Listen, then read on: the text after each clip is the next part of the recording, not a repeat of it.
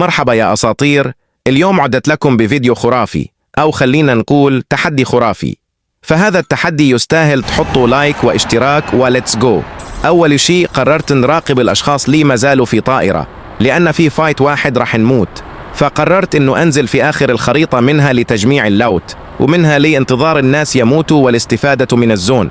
فهذا التحدي خطر على بالي عندما كنت أمنتج شورت يستاهل دعمكم شباب. فلاحظت إنه دمي دايما هابط، فقلت ليش ما أسوي هذا التحدي.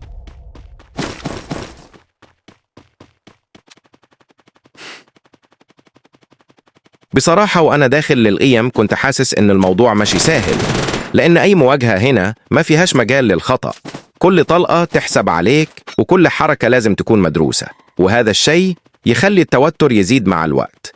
الغريب في فري فاير إنك مرات تحس اللعبة بسيطة، بصح كي تدخل في ضغط حقيقي تفهم بل القرار هو اللي يفرق بين الفوز والخسارة، مش غير السلاح ولا المهارة، بل حتى الصبر وطريقة اللعب.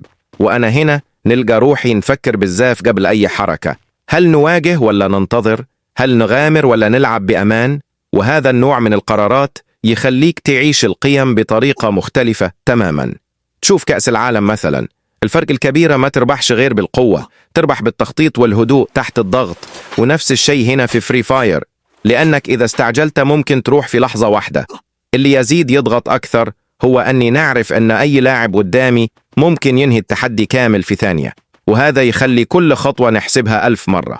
حتى التنقل في الخريطة ولا في خطر، لكن في نفس الوقت هذا هو الشيء اللي يخلي اللعب ممتع، الإحساس أنك تحت ضغط وتحب تخرج من الوضع هذا بنجاح. كل مواجهة تحسها امتحان صغير.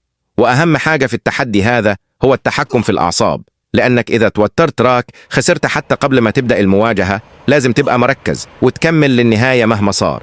وكل ما نقرب أكثر للنهاية نحس إن التوتر يزيد، لأن أي خطأ صغير الآن يقدر يضيع كل المجهود اللي داروه في القيم كامل. وفي الأخير الهدف هو نشوف هل نقدر نكمل وننجح في هذا التحدي ولا لا، ونشوف كيفاش راح تكون النتيجة في النهاية.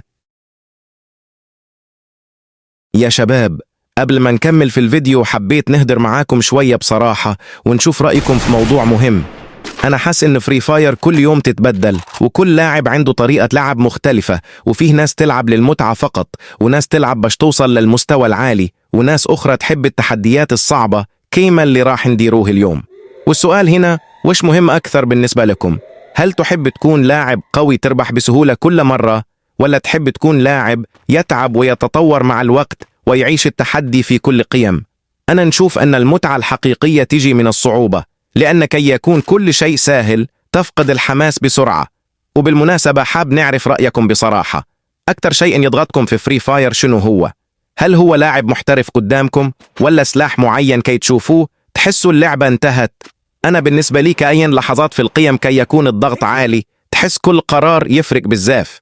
وزيد حاجة أخرى حاب نقولها، إني نحب نشوف أفكاركم للتحديات، لأن الصراحة مرات نحتار وش ندير في الفيديوهات الجاية، ورأيكم يفرق بالزاف ويخليني نخرج محتوى أقوى. وفي نفس الوقت خلينا نبقى مركزين في القيم، لأن أي لحظة هنا تقدر تقلب كل شيء، والتحدي مازال ما خلصش، ومازال قدامنا طريق لازم نكملوه للنهاية. كما تشوفون مازال 8 أشخاص في القيم، فهنا يجب التركيز، خاصة الزون صغرت، فممكن في أي لحظة يخرج لنا كلاوي ويقتلنا، فسألزم الصمت لنهاية التحدي.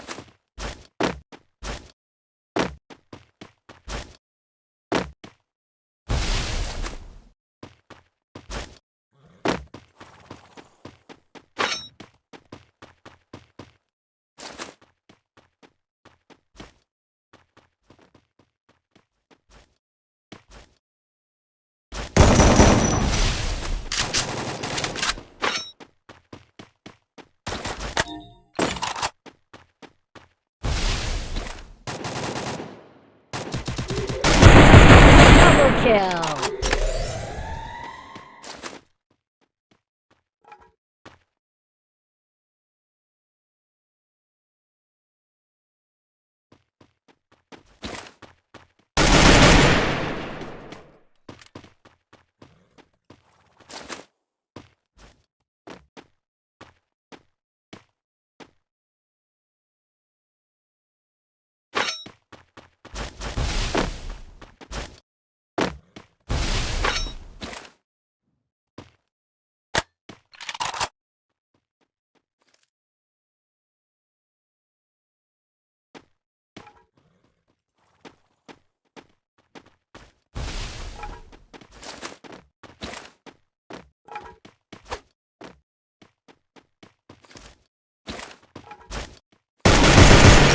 Triple kill.